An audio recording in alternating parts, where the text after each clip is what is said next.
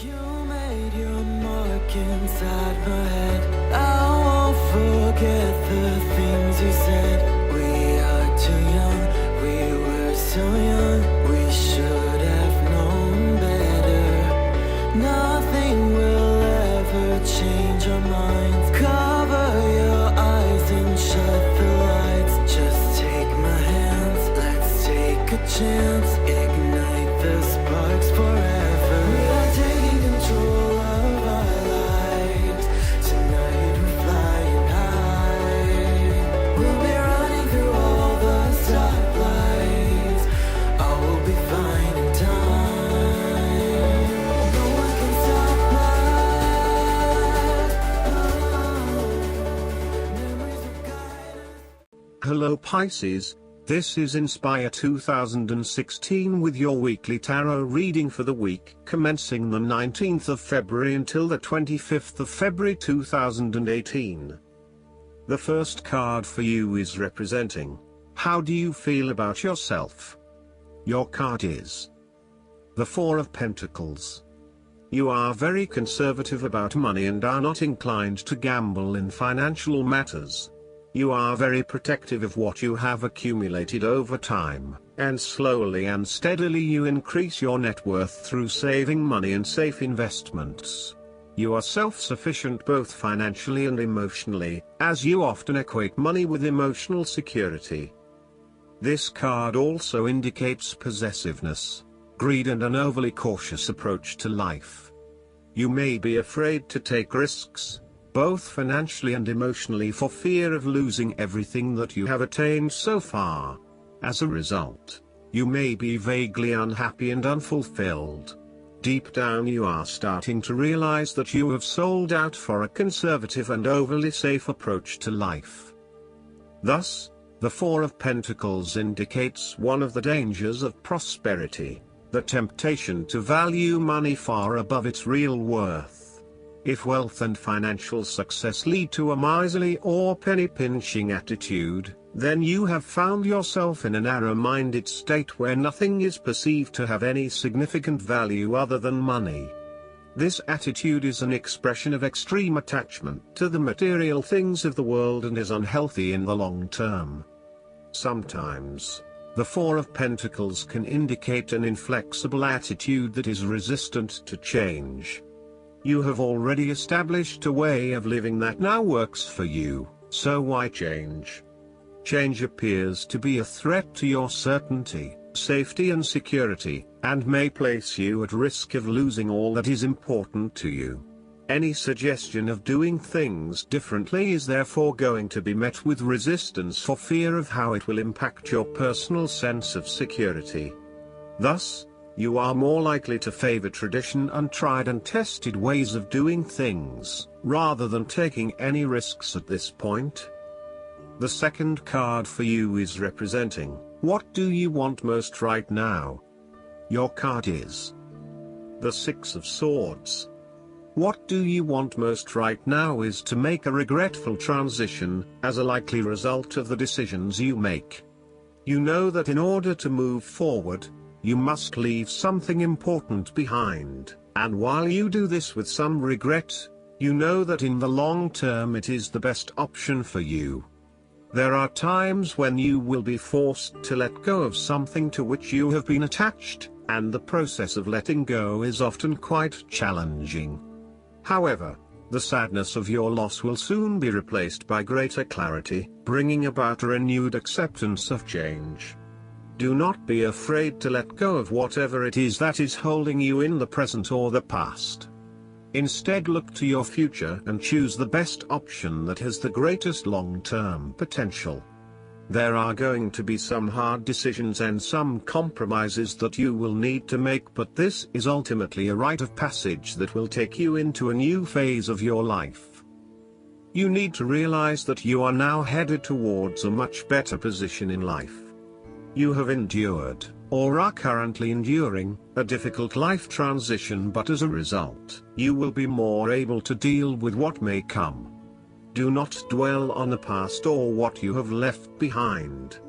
Instead, use this as an opportunity for changing your beliefs about yourself. moving away from whom you used to be and towards whom you really want to be.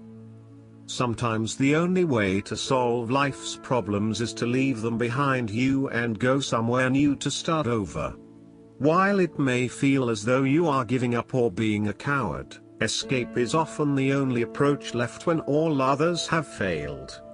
The important thing now is that you chart a new course that will lead to greater happiness and joy. The Six of Swords also shows the need to draw upon a state of mental clarity, logic and objectivity in order to examine where you have been and where you are going. This mental clarity will also serve to smooth the way ahead, and make the passage from negative to positive as peaceful as possible.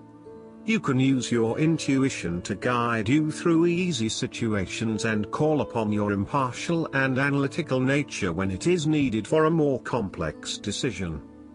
The third card for you is representing your fears.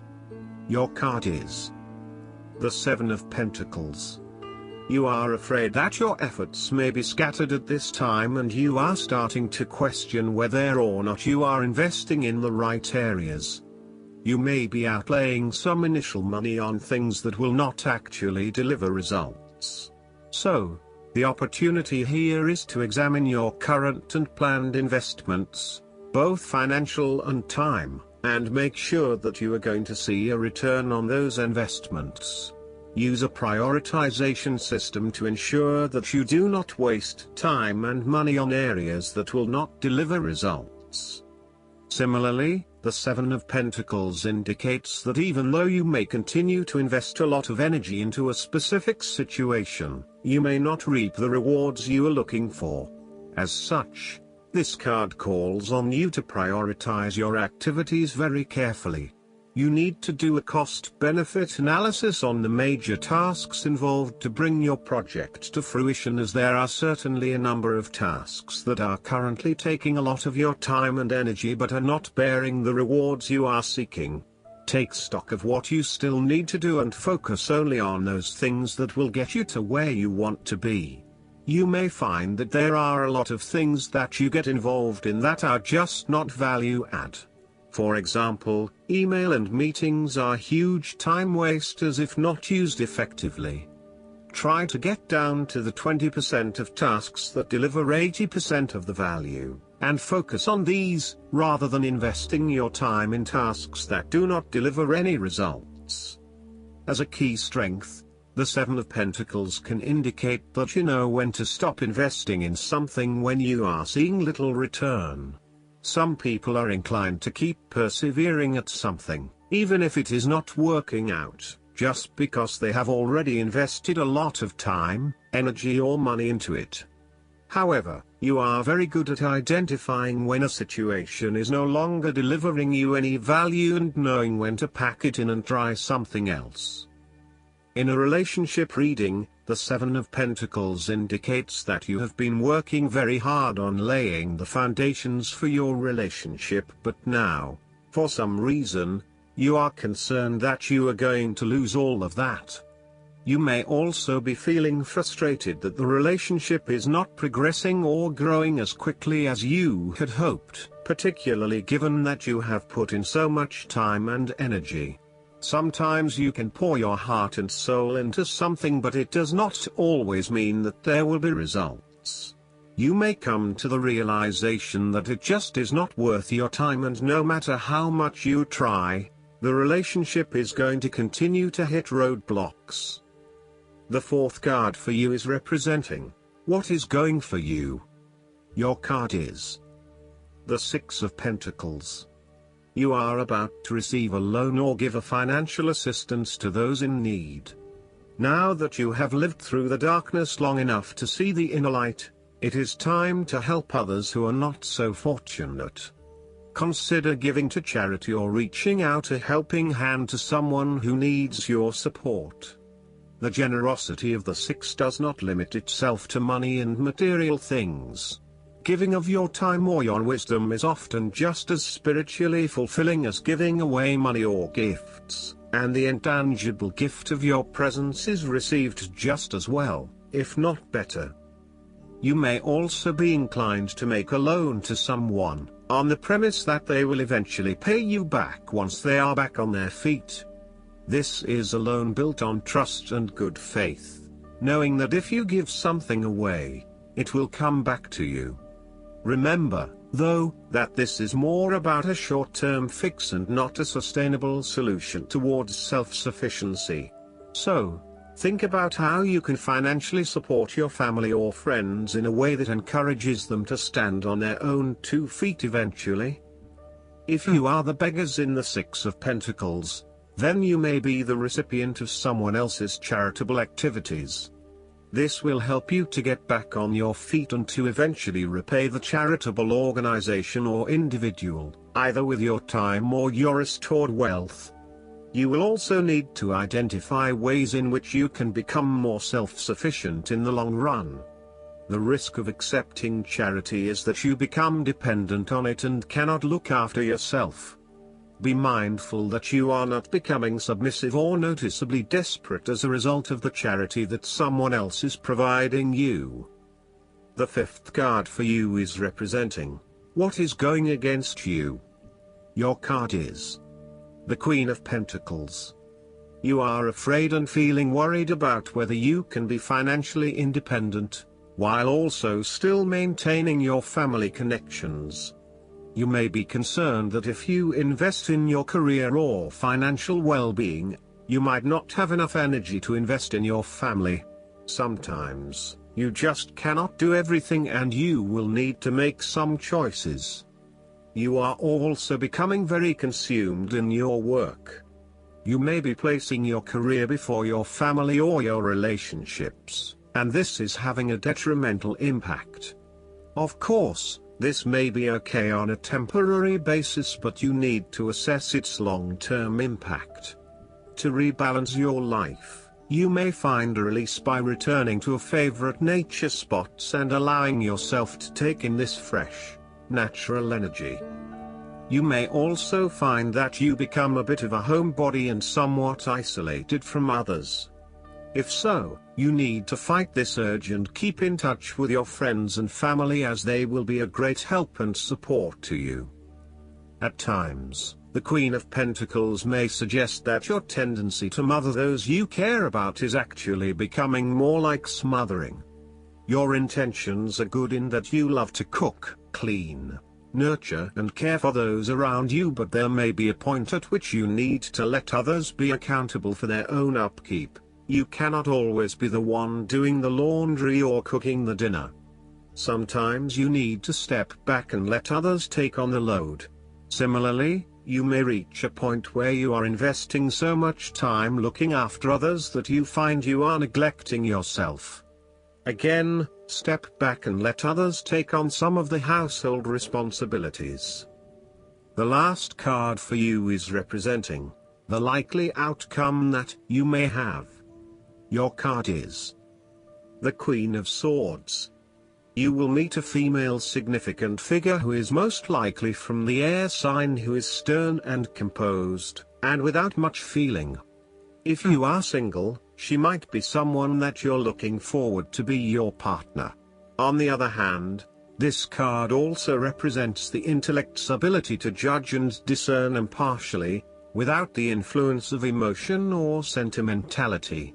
She likes to know the how, what, why, where, when and who of everything to help her make sense of her environment and to better understand others. It is not that she does not care about others, but she connects to other people through an intellectual understanding rather than an emotional understanding. The Queen of Swords is a sign that you need to be independent in thought and in judgment. You must use your unbiased intelligence in order to make a judgment of a particular situation, drawing upon every piece of information and fact that you have gathered along the way. Empathy or compassion towards others may distract you from the task at hand, so it is important that you think with your head and not with your heart at this particular time. Do not let emotion get in the way. Rather, use fact and logic to make your decisions. The Queen of Swords also has an innate ability to tell it like it is. She is a quick thinker and highly perceptive, and as such, she can cut through the noise and confusion to get straight to the point. There is certainly no beating about the bush, or softening of her comments, opinions and thoughts. She is upfront and honest about her opinions, and expects the same from others. The best way to interact with the Queen of Swords, therefore, is to remain as impartial as possible, and to present your thoughts and opinions concisely and honestly. Last but not least, the guidance card for you is the Lovers. This card signals that a significant relationship is on your mind. It may be romantic in nature, or it may be an intimate but platonic friendship. Communication is key right now, and it's important to develop trust within the relationship. You can safely share your feelings with someone close to you.